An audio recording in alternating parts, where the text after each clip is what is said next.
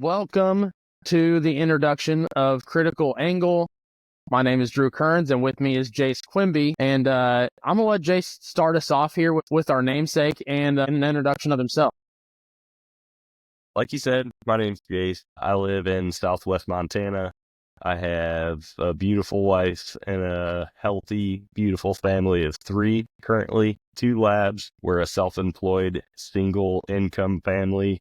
My wife stays at home with the kids. We hunt for our red meat. And like I said, we work for ourselves, and our morals are the most important thing in our family. So this podcast will just be Drew and I covering topics that small business owners and outdoorsmen have on their minds every day. When we're recording this intro, it's hunting season in both Missouri and Montana. Drew and I are working hard, hunting hard, loving our family hard. So those are kind of some of the topics that you guys are going to hear through the podcast, is just Drew and I getting to chat with each other, getting to pick each other's brains about business, outdoors, gear, politics, a little religion, just kind of all the topics. Hopefully we'll get some people on here, some of our mentors or friends, different walks of life. So what do you got to add, Drew? Well, yeah, I think you hit it. I think you hit the nail on the head there. I'm having some phone stand difficulties here, so we'll kind of battle through that. But yeah, also a family with 3 beautiful, healthy children. Both of our kids are similar in ages. We all are young kids. We're a family full of toddlers. And so it is a lot of energy in the house, no doubt. I too am self-employed, own and operate my own business with a partner, I should say, my brother-in-law actually. And my wife also works as a physician's assistant. So luckily we have a secondary income, and we're fortunate to have that in this area, which we kind of, it's tough to do otherwise. Kudos to you for really jumping out on a limb here, doing all this yourself. I feel like it's everybody's dream, and you're doing a great job of it. But yeah, definitely. I think we're kindred spirits to meet with through our wives who knew each other from school. And we end up in the same boat years later, still with love the similarities of hunting, similar morals, religious and political views, fairly similar. I'm sure we won't dive too far into that, but I'm sure it'll come up here before too long. But yeah, so that is kind of where we stand. I'm in central Missouri for everybody who doesn't know. I really love the name of the podcast, Critical Angle. It relates on so many different levels to our lives. You want to touch a little bit on that? Because you actually come up with the name. Yeah. So Critical Angle is, it's a term that, is everywhere, but where I came up with it's an aviation term. So it has to do with the cord line through a wing, and that cord line represents how much lift a wing can provide. So the critical angle of attack is the point at which a wing will stop creating lift. But so it's layman terms, it's a stall, but the critical angle is where you're still providing that lift, but then, if you go too much further, you're going to stall out. If you bring it back down, you'll speed up. So I thought for you and I, that's a great metaphor for where we're at in our life. We're doing everything we can. We are at the red line. We are at that critical angle in everything.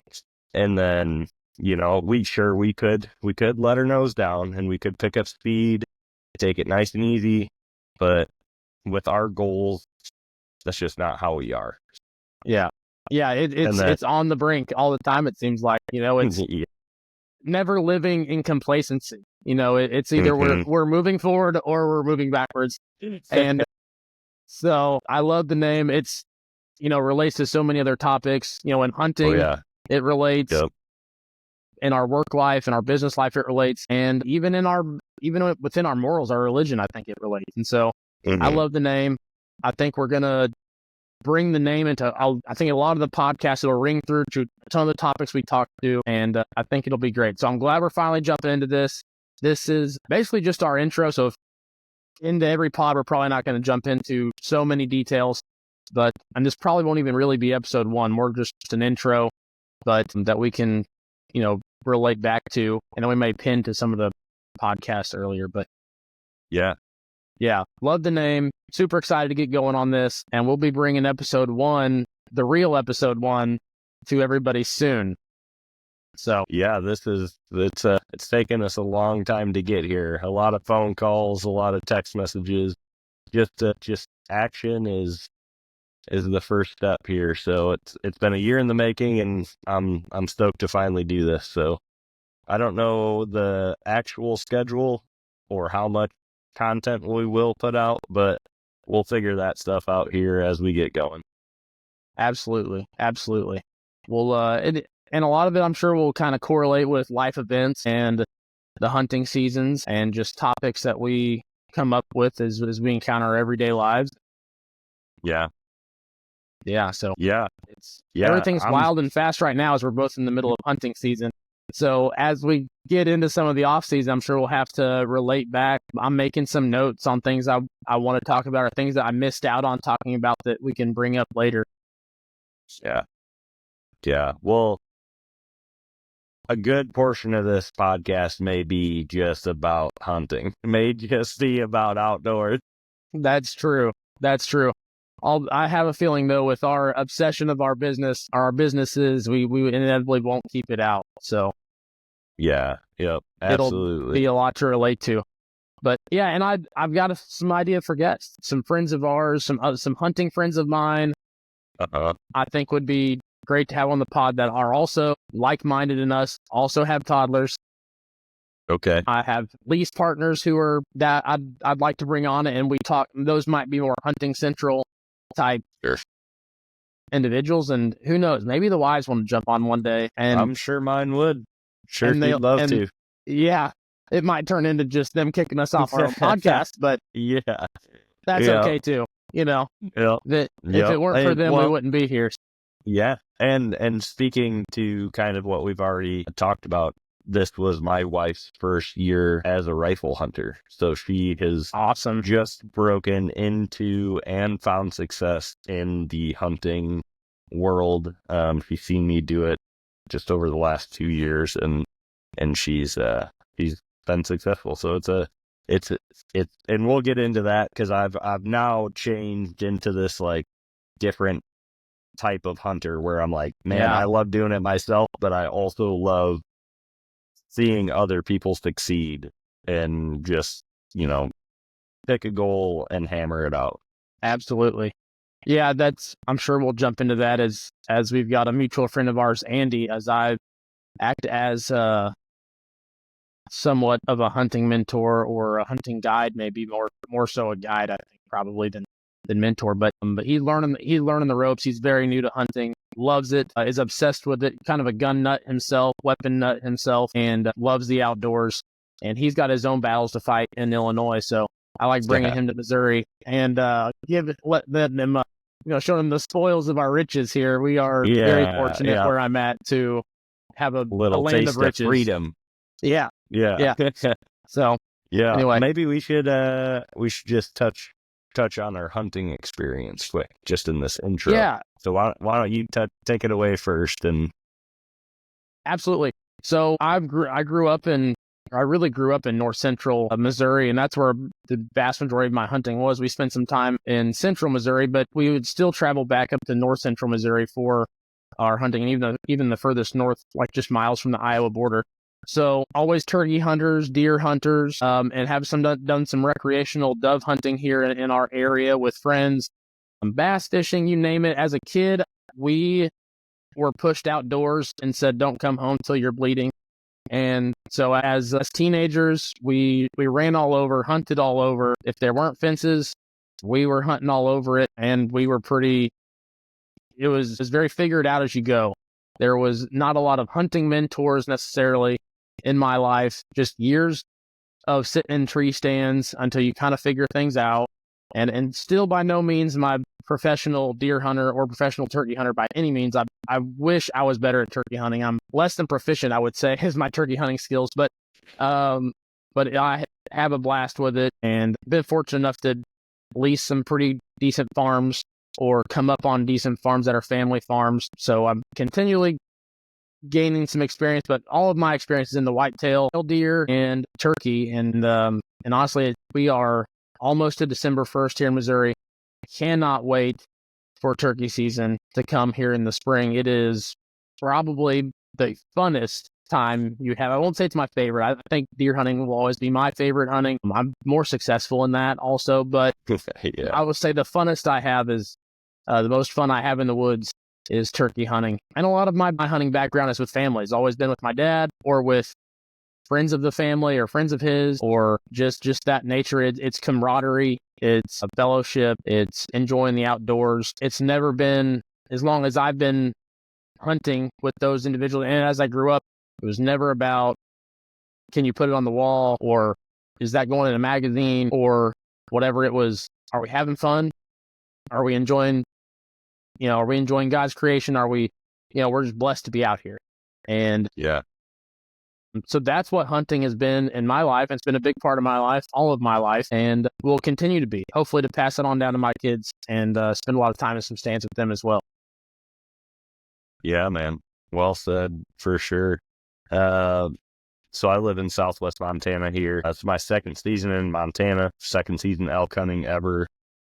Didn't really have much guidance getting into hunting other than my brother signing me up for my hunter's ed class when I was 12.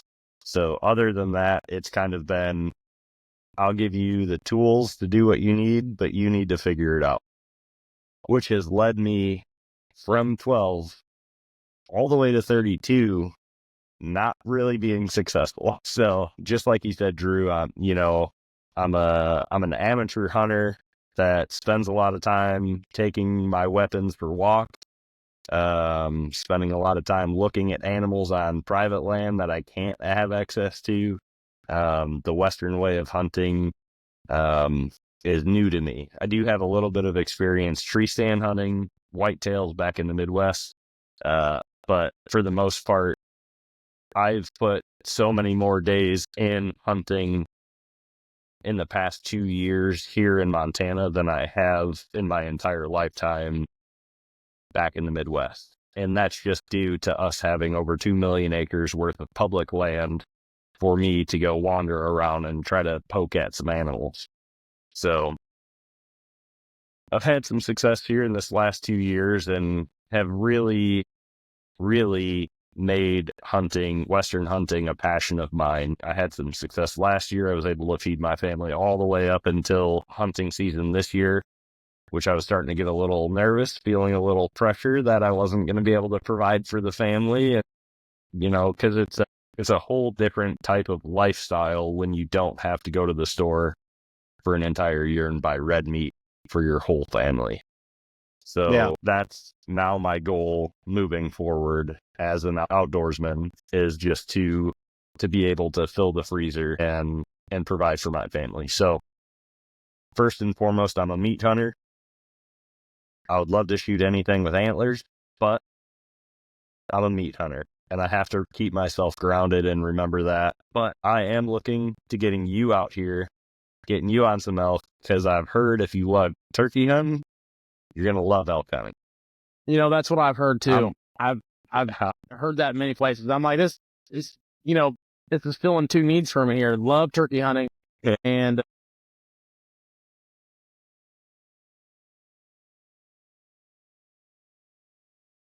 man, let's just wrap it up here. We're just over 16 minutes. So good. So it's still recording on your end. Okay, perfect. Still recording on my end, but let's just Excellent. wrap it up. I think here. It's got both of us then. As to my family's going crazy outside the door, your family needs you. This is us. This is us, brother. We were not a polished production. My daughter's peeking in the door here. So we'll just wrap it up. Thanks for heading this, Drew. I appreciate you taking everything and getting the producer role going. And I'm looking forward to scheduling our first episode.